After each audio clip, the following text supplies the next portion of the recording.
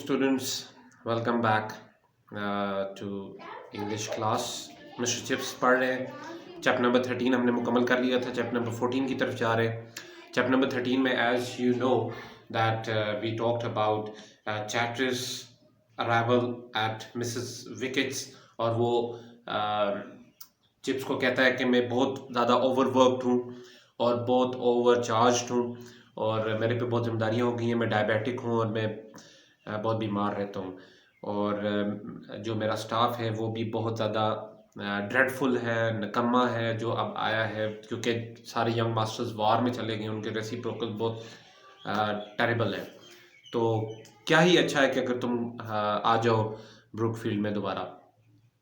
ये वो उसको चिप्स को कहता है और चिप्स बगैर सोचे जवाब देता है यस आई विल, क्योंकि वो बहुत अरसे से चाहता है कि वो ब्रुकफील्ड में आ जाए. अब चैप्टर नंबर 14 स्टार्ट होने वाला है और जिसकी तरफ हम अब बढ़ रहे हैं. चले हम चैप्टर नंबर 14 को स्टार्ट करते हैं, देखते हैं चैप्टर नंबर 14 में क्या है. अब यानी चिप्स ब्रुकफील्ड में आ गया है और आगे देखते हैं कि क्या. ओके स्टूडेंट्स, चैप्टर नंबर 14 हम स्टार्ट कर रहे हैं. He still kept on his room at Mrs. Wickett's with Mrs. Wickett's. उसने अभी भी मिसेस विकेट के यहाँ ही कमरा लिया हुआ है, मतलब वहीं उसके उनके रूम्स में रह रहा है. इंडीड, इसमें कोई शक नहीं, बेशक. ही स्टिल लिव्स देयर, अभी भी वहीं रहता है. बट एवरी मॉर्निंग अबाउट 10:30, हर सुबह 10:30 बजे, ही पुट ऑन हिज कोट, वो उसने अपना कोट पहनता था. यानी पास्ट की बात है ना, स्टोरी आपको पता है पास्ट में लिखी जाती है, तो ये पुट पास्ट की तरफ इशारा कर रहा है. अगर प्रेजेंट होता तो पुट्स होता. ही पुट ऑन हिज कोट, उसको अपना कोट उसने पहनता वो, एंड मफलर, और मफलर पहनता, एंड क्रॉस द रोड पार करता, टू द स्कूल की जानिब जाता. ही फेल्ट वेरी फिट, अब उसको बड़ा फिट महसूस हो रहा था. And actual work was not taxing का मतलब होता है टायरिंग, बर्डनसम. असल काम अब थका देने वाला नहीं है. Just a few forms in Latin and Roman history की चंद क्लासेस लेता है. द ओल्ड लेसन्स, और वही पुराने लेसन्स हैं उसके. इवन द ओल्ड प्रोनाउंसिएशन, हत्ता कि जो प्रोनाउंसिएशन भी है वो भी ओल्ड है. The same jokes about Lex Canolia, और आपको याद होगा कि वो मिस्टर पार्ट्रीशन, मिस प्लैब और मिस्टर पार्ट्रीशन वाला जो जोक था वो हमने पहले चैप्टर्स में पढ़ा था. उसी तरह के जोक्स वो अभी भी सुना रहा है बच्चों को. There was a new generation that had not heard it. अब नई जनरेशन थी जिसने ये जोक्स नहीं सुन रखे थे.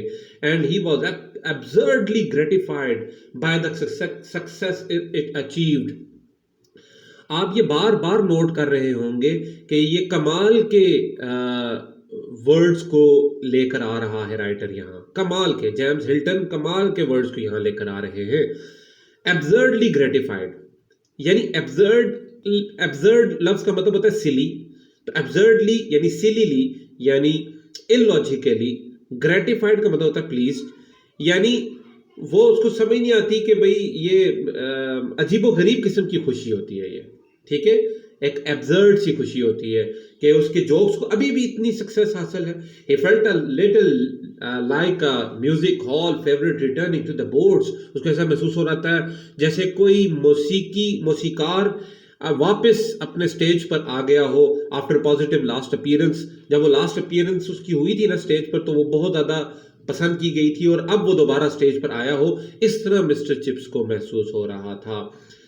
They all said how marvelous it was that he knew every boy's name and face so quickly. और उसने कहा कि यार कितनी हैरानकुन बात है कि उसको हर लड़के का नाम और चेहरा इतनी जल्दी कैसे याद हो जाता है. आपको पता है ना, चिप्स की ये वाली बात बहुत तेज थी, यानी उसकी मेमोरी बहुत तेज थी. बच्चों के नाम और चेहरे उसको एकदम याद हो जाते थे. आपने देखा कि उसको बच्चों के नाम जिनके वो रोल कॉल लेता था वो सारे उसको बहुत अच्छी तरह याद थे. They did not guess how closely he had kept in touch from across the road.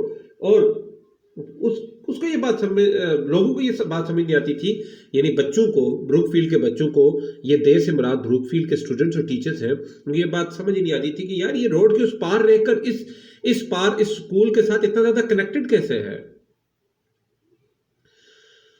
He was a grand success altogether. मुकम्मल चिप्स पूरे का पूरा एक ग्रैंड सक्सेस का नाम था, एक ग्रैंड सक्सेस का नाम था। ऑल टुगेदर का क्या मतलब है? ऑल टुगेदर का मतलब होता है पूरे का पूरा। He was a grand success all together, वो पूरे के पूरे एक कामयाबी का नाम था। In some strange way he did and they all knew and felt it, और वो अजीबोगरीब तरीके से ये करता था, ठीक है, और वो सब ये बात जानते थे, यानी ब्रूकफील्डियंस सब ये बात जानते थे, एंड फेल्ट इट, और महसूस भी करते थे। इट हेल्प थिंग्स, इस तरह काम चलता था, यानी ये चिप्स का ब्रूकफील्ड में आने के बाद इट हेल्प थिंग्स से मुराद उसको बड़ा फायदा हुआ, चैटर्स को बहुत ज्यादा फायदा हुआ, वो जो चाह रहा था ना वो सब कुछ हो गया। For the first time in his life he felt necessary, अब चिप्स को पहली दफा महसूस हो रहा था कि भाई उसकी भी कोई अहमियत है, and necessary to something that was nearest his heart, और ऐसी चीज के लिए वो बहुत ज्यादा जरूरी बन गया जो चीज उसके अपने दिल के बहुत करीब थी, यानी Brookfield. There is no sublimer feeling in the world and it was his at last, इससे बड़ी मैजेस्टिक, सब्लाइमर कहते हैं ग्रेट, मैजेस्टिक, इससे बड़ी कोई इससे बड़ा कोई एहसास नहीं हो सकता दुनिया में, और it was his at last, और आखिरकार उसको वो एहसास मिल गया। क्या मतलब है इस लाइन का? यानी देखो, कहते हैं ना कि काश आपका पैशन आपका प्रोफेशन बन जाए। जैसे कुछ लोगों को गेम्स खेलने का बहुत शौक है, तो अब गेम्स में भी बिजनेस आ गया है, यानी गेम खेलें और पैसे कमाएं, तो वो लोग कितने लकी हैं जिनको वो अपनी फेवरेट गेम ही इनकम का जरिया भी है ना? तो इसी तरह चिप्स को सबसे अच्छा लगता था ब्रूकफील्ड, और ब्रूकफील्ड ही की जरूरत बन गया था चिप्स, तो इससे बढ़कर फीलिंग्स क्या हो सकती थी? He made new jokes too, अब वो नए नए जोक्स करने पड़ गया था, about OTC, OTC means officers training camp, जो कि वॉर के दिनों में ब्रूकफील्ड में ये कैंप स्टार्ट हो गए थे, and the food rationing system, और जो फूड की तकसीम का सिस्टम था, जो कि थोड़ा कम मिकदार होने की वजह से स्कूल का एक तरतीब दे दी गई थी रेशनिंग सिस्टम की, उसके ऊपर भी वो तनकीद करता। And the anti air red blinds, blinds mean curtains, पर्दे, जो कि हवाई अटैक, जो जहाज़ों के अटैक से बचने के लिए खिड़कियों के बाहर, that had to be fitted on all the windows, खिड़कियों के बाहर वो पर्दे लगाए जाते हैं ना, ताकि लाइट ना नजर आ सके और जहाज बॉम्ब ना फेंके। There was a mysterious kind of rissole, और एक अजीबो गरीब किस्म का एक केक था, that begin to be appeared on the school menus, और जो कि स्कूल के मेन्यू में मंडे वाले दिन, ऑन मंडे अपीयर होना शुरू हो गया था। मिस्टीरियस, अजीबो गरीब किस्म का रिसोल, जिसमें पिज्जा होता है ना, रिसोल उसी तरह की कोई चीज होती है, जिसमें मीट भी हो, जिसमें ब्रेड भी हो, क्रम्प्स भी हो। And Chips called it abhorrendum, Chips ने इसका नाम क्या रखा? चिप्स ने इसका नाम रखा एबोरेंडम। एबोरेंडम का क्या मतलब है? मीट टू बी अबोर्ड, एक ऐसा गोश्त जिससे नफरत की जा सके। द स्टोरी वेंट राउंड, और ये स्टोरी पूरे स्कूल में फैल गई। हर्ड चिप्स लेटेस्ट, सारे बच्चे एक दूसरे से कहते क्या तुमने चिप्स की लेटेस्ट चिप्स का लेटेस्ट जोक सुना है? और फिर क्या होता है, और फिर क्या होता है? Chips fell ill during the winter of 1917, 1917 के विंटर में चैटरस बीमार पड़ जाते हैं, चैटरस साहब बीमार पड़ जाते हैं।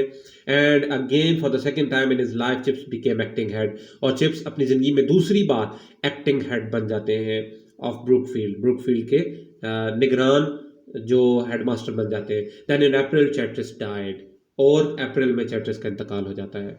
And the governors asked chips if he would carry on for the duration, और गवर्नर्स उससे पूछते हैं क्या तुम कैरी ऑन करना चाहते हो as an acting head for the duration, को इन्वर्टेड कमाज में रखा गया है। इन्वर्टेड कमाज में जब किसी चीज को रखा जाए तो इसके कई मतलब हो सकते हैं। एक, या तो किसी की आप स्पीच बयान कर रहे हैं, डायरेक्ट स्पीच, वो यहाँ केस नहीं है। एक ही होता है उस चीज को के को खास मतलब हो, जैसे यहाँ खास मतलब फॉर द ड्यूरेशन से मुराद है तुम्हें परमानेंट नहीं कर सकते। सबको पता था परमानेंट चिप्स प्रिंसिपल नहीं बन सकता, लेकिन फॉर द ड्यूरेशन, उसी ड्यूरेशन, क्योंकि इस पहले भी वो for the duration he acting head रहा राल्स्टन के वक्त में। ही सेड ही वुड, उसने कहा मैं ऐसे ही करूंगा, if they would refrain from appointing him officially, अगर वो उसको ऑफिशियली अपॉइंट करने से रुके रहे तो, ऑफिशियली अगर उसको अपॉइंट करने से रुके रहे तो वो ऐसा कर लेगा। फ्रॉम दैट लास्ट ऑनर, उसको ये आखिरी ऑनर था जो उसको दिया गया with in his reach at last, अब उसके रीच में यही था। ही श्रैंक इंस्टिंक्टिवली, वो बिल्कुल इंस्टिंक्टिवली कहते नेचुरली वो इससे पीछे हटा के वो उनको इनकार करता। Feeling himself in no many ways unequal to it, वो इसलिए उसने कहा कि ऑफिशियली मुझे अपॉइंट नहीं करना, क्योंकि वो जानता था कि मैं इस काबिल तो हूँ नहीं हूँ कि मैं प्रिंसिपल बनूँ, तो एक्टिंग प्रिंसिपल ही बना, तो अब इसमें आप मेरा नाम ऑफिशियली मत लिखें प्लीज़। ही सेड टू राइवर्स, ये बात उसने राइवर्स से की। आपको पता है राइवर्स कौन है ना? राइवर्स जो गवर्नर्स का जो बोर्ड है उसका चेयरमैन है, आपको पता है, चेयरमैन ऑफ गवर्नर्स बोर्ड। पहले भी आया है क्रिकेट पिचेस पर जाके चिप्स से बात की थी कि तुम राल्स्टन अब तुम्हें तंग करे तो तुम उसको कहना कि तुम जहन्नम में जाओ और तुम यहाँ 100 साल तक रह सकते हो। You see I am not a young man and I don't want people to expect a lot from me. तुम जानते हो ना मैं नौजवान, अब मैं जवान तो हूँ नहीं हूँ यार, और लोग अब मुझसे बहुत ज़्यादा एक्सपेक्ट करते हैं। I am like all these new colonel's and measures, मैं इन कर्नलों और मेजरों की तरह हूँ। यू सी एवरीवेयर, जो आजकल नजर आ रहे हैं, just a war time fluke. War time fluke से मुराद है, फ्लूक से मुराद होता है स्ट्रोक ऑफ लक। फ्लूक से मुराद होता है स्ट्रोक ऑफ लक, यानी ये वार के वक्तों में उनको तरक्की दे दी जाती है और उनको कर्नल और मेजर बना दिया जाता है। यानी जो पुराने होते हैं ना सूबेदार वगैरह इस तरह के जो लोग होते हैं, इनको वार के वक्तों में लाकर मेजर और कर्नल तक बना दिया जाता है ना। तो कहता है मुझे भी इस तरह हंगामी सूरत हाल में यहाँ प्रिंसिपल बना दिया गया है। A ranker that's all I am really, और मैं सिर्फ एक रैंकर हूँ जिसको रैंक एजाजी तौर पे मिला गया है, मैं डिज़र्व हकीकत में नहीं करता। फर्स्ट पार्ट यहाँ एंड होता है। अगले सेशन में इंशाल्लाह सेकंड पार्ट के साथ इसी चैप्टर को लेकर आएंगे। इस चैप्टर में आपने देखा चैप्टर नंबर 14 में कि चिप्स ने ज्वाइन कर लिया दोबारा ब्रूकफील्ड, और अब उसके इसी तरह उसके जोक्स वो सुना रहा है बच्चों को, अपना वक्त गुजार रहा है, और चैट्रेस अप्रैल में फोत हो जाता है और चैट्रेस की जगह अब ये एक्टिंग हेड बन जाता है और उसी तरह ब्रूकफील्ड की खिदमत कर रहा है।